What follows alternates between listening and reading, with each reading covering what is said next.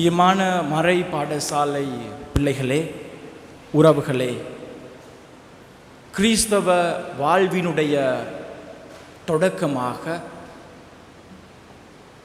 நம்முடைய எல்லா விதமான செயல்பாடுகள், வழிபாடுகள், அனைத்து காரியங்களிலும் நாங்கள் அந்த விடயத்தை ஆரம்பிப்பது தந்தை, மகன், தூய ஆவியாரின் பெயரினாலே.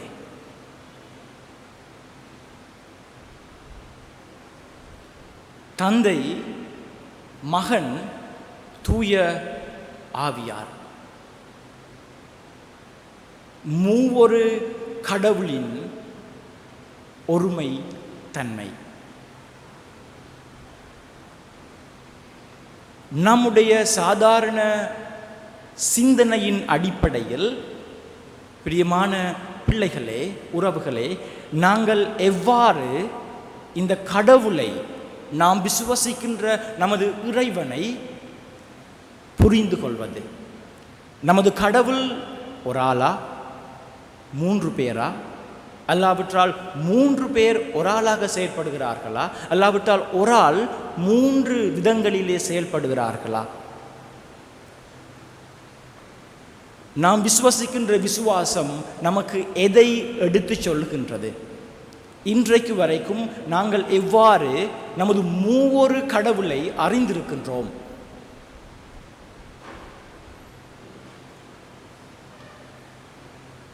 என்ன நினைக்கிறீங்க நீங்க?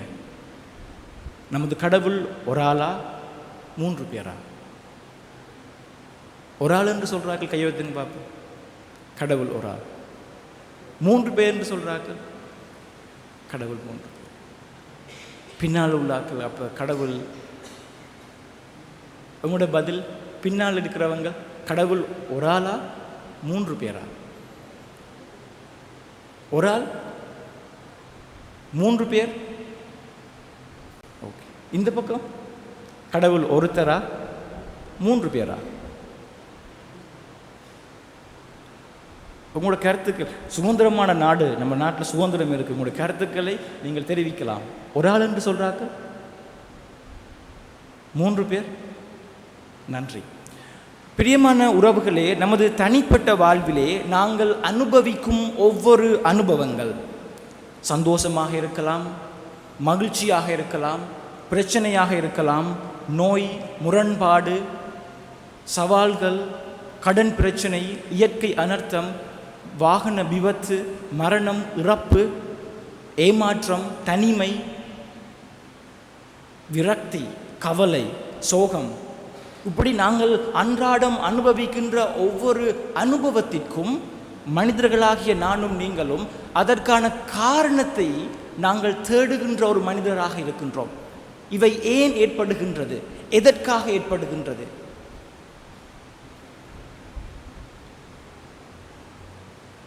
நமது வாழ்க்கை ஒரு தேடலின் பயணம். நான் இந்த இடத்தில் பிறக்க வேண்டும் என்று சொல்லி நான் நினைத்து பிறப்பது கிடையாது. நான் இந்த இடத்தில் இறக்க வேண்டும் என்று சொல்லி நான் நினைத்து இறப்பது கிடையாது. நான் பிறந்தது ஒரு இடத்திலே, நான் இறப்பது அது எங்குமென்று நமக்கு தெரியாது. இந்த தொடக்கம், இந்த முடிவு, இந்த தொடக்கத்தை நாங்கள் ஆரம்பிப்பது கிடையாது, இந்த முடிவையும் நாங்கள் ஆரம்பிப்பது கிடையாது. இந்த தொடக்கம் நமக்கு கொடுக்கப்பட்ட ஒரு அன்பளிப்பு. நமது வாழ்க்கையானது ஒரு பரிசு, இட்ஸ் a gift. நாங்கள் அதை தான் விசுவசிக்கின்றோம். நமது விசுவாசம், நாங்கள் வாழ்கின்ற இந்த வாழ்க்கை, நாங்கள் ஆரம்பித்த இந்த வாழ்க்கை ஒரு பரிசு, அது ஒரு கிஃப்ட். அந்த தொடக்கம், அந்த முடிவு. நமக்கு தொடக்கம் தெரியும், நம்மளோட பேர்த்டே நமக்கு தெரியும், நான் எப்போ பிறந்தேன் என்று எனக்கு தெரியும், நீங்கள் எப்போ பிறந்தேன் உங்களுக்கு தெரியும். ஆனால் நமது முடிவு நமக்கு தெரியாது. ஆகவே நம்முடைய இந்த வாழ்க்கை ஆனது ஒரு தேடலின் பயணம். நமது வாழ்க்கையானது ஒரு தேடலின் பயணம். அந்த பயணத்திலே நான் சொன்னவாறு நாங்கள் அனுபவிக்கின்ற ஒவ்வொரு அனுபவத்தையும் நாங்கள் தேடுகின்றோம். அதே மாதிரி தான் கடவுளையும் நாங்கள் தேடுகின்றோம்.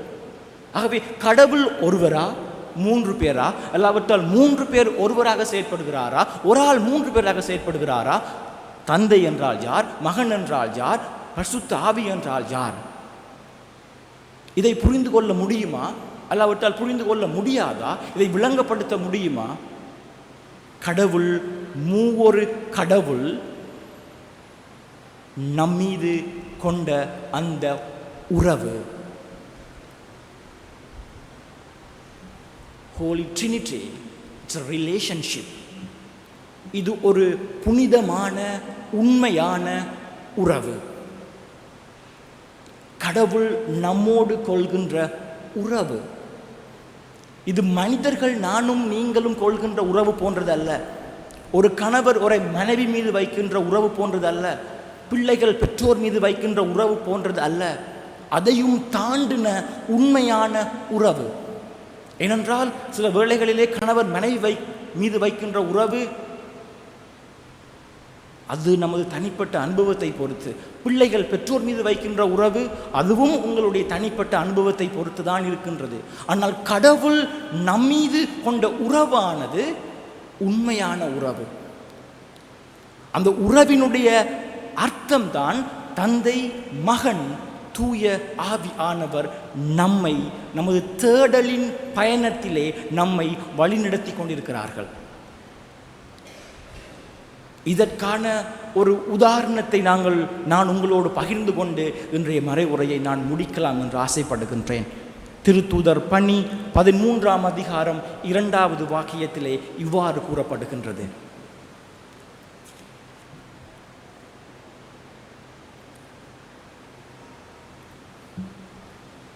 அவர்கள் நோன்பிருந்து ஆண்டவரை வழிபடும் போது தூய ஆவியார் அவர்களிடம் பர்னபாவையும் சவுலையும் ஒரு தனிப்பட்ட பணிக்கென நான் அழைத்திருக்கின்றேன், அந்த பணிக்காக அவர்களை ஒதுக்கி வையுங்கள் என்று கூறினார். பிரியமான பிள்ளைகளே, கடவுள் யாரை அழைத்தார்? 2 பேரை அழைத்திருக்கின்றார். யார் அந்த 2 பேர்? முதலாவது இது வாசிச்சாங்க. யார் அது? சத்தம் சொல். யார் அது? யாரு? பர்னபா. 2வது சவுல். நமக்கு பவுல் அடிகளாருடைய வாழ்க்கை வரலாறை நாங்கள் பார்த்திருப்போம். பவுல் அடிகளாரை அவரை சவுல் என்று அழைப்பார்கள் ஆரம்ப கட்டத்திலே. இந்த சவுலை கடவுள் அழைக்கின்றார். அவர்கள் நோன்பிருந்து ஆண்டவரிடம் வழிபடும் போது தூய ஆவியார் அவர்களிடம் பர்னபாவையும் சவுலையும் ஒரு தனிப்பட்ட பணிக்காக நான் அழைத்திருக்கின்றேன். ஆண்டவரை நோக்கி சீடர்கள் வழிபடும் பொழுது ஆண்டவருடைய எண்ணத்தை தூய ஆவியானவர் குரல் வடிவம் கொடுக்கின்றார். தூய ஆவியானவர் கடவுளுடைய எண்ணத்தை, அவர் குறித்த திட்டத்தை வெளிப்படுத்துகின்றார். அவருடைய திட்டம் என்ன? நான் பர்னபாவையும் சவுலையும் ஒரு தனிப்பட்ட பணிக்காக அழைத்திருக்கின்றேன்.